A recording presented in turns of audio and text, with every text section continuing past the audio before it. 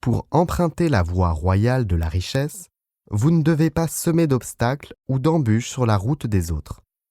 Pas plus que vous ne devriez être jaloux ou envieux d'autrui. En fait, lorsque vous entretenez ces états d'esprit négatifs, vous vous blessez, vous vous faites du mal, parce que vous le pensez et le ressentez.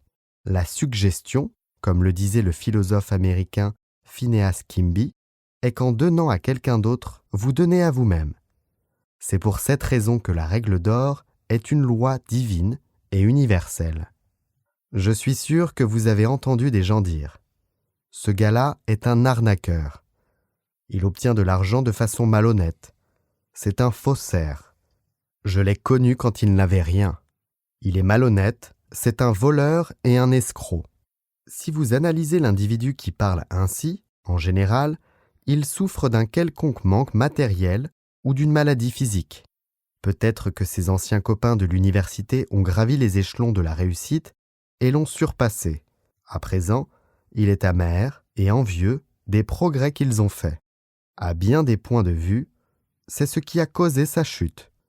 Le fait de penser à ses camarades de classe négativement et de condamner leur richesse amène la richesse et la prospérité qu'il appelle de toutes ses forces à se dissiper et à disparaître au loin.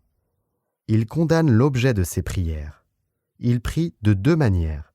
D'un côté, il dit « Dieu me rend prospère » et du même souffle, silencieusement ou à haute voix, il affirme « J'en veux à la richesse de ceux-là ». Faites-vous toujours un point d'honneur de bénir les autres et de vous réjouir de leur prospérité et de leur réussite. Ce faisant, vous vous bénissez vous-même. Si vous entrez dans une banque et que vous voyez votre concurrent d'en face déposer 20 fois plus d'argent que vous, ou si vous le voyez déposer une somme colossale, réjouissez-vous et soyez content de voir l'abondance de Dieu retomber sur un de ses enfants. Ainsi, vous bénissez et exaltez l'objet de vos prières. Ce que vous bénissez, vous le multipliez. Ce que vous condamnez, vous le perdez.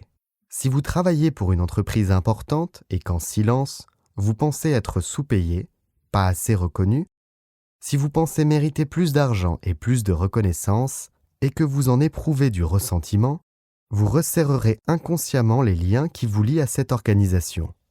Vous mettez une loi en marche et un jour, votre chef ou votre directeur vous dit « Nous devons vous licencier ». Vous vous êtes congédié vous-même. Le directeur n'était que l'instrument qui est venu confirmer votre propre état mental négatif. Autrement dit, il a été le messager qui vous a confirmé ce dont vous étiez déjà convaincu en ce qui vous concerne. C'était un exemple de la loi de l'action-réaction. L'action étant le mouvement interne de votre esprit, la réaction étant la réponse du monde extérieur pour se conformer à votre intime conviction. Vous pensez peut-être, en écoutant ceci, à quelqu'un qui a réussi financièrement en prenant avantage sur les autres, en les fraudant, en leur vendant des investissements risqués en immobilier, etc. La réponse à cela est pourtant évidente, car celui qui vole, triche ou fraude quelqu'un en fait autant pour lui-même. En réalité, dans ces cas-ci, on se fait du tort à soi-même, car si au départ, on est en état de manque, on attirera forcément une perte. La perte peut prendre plusieurs formes.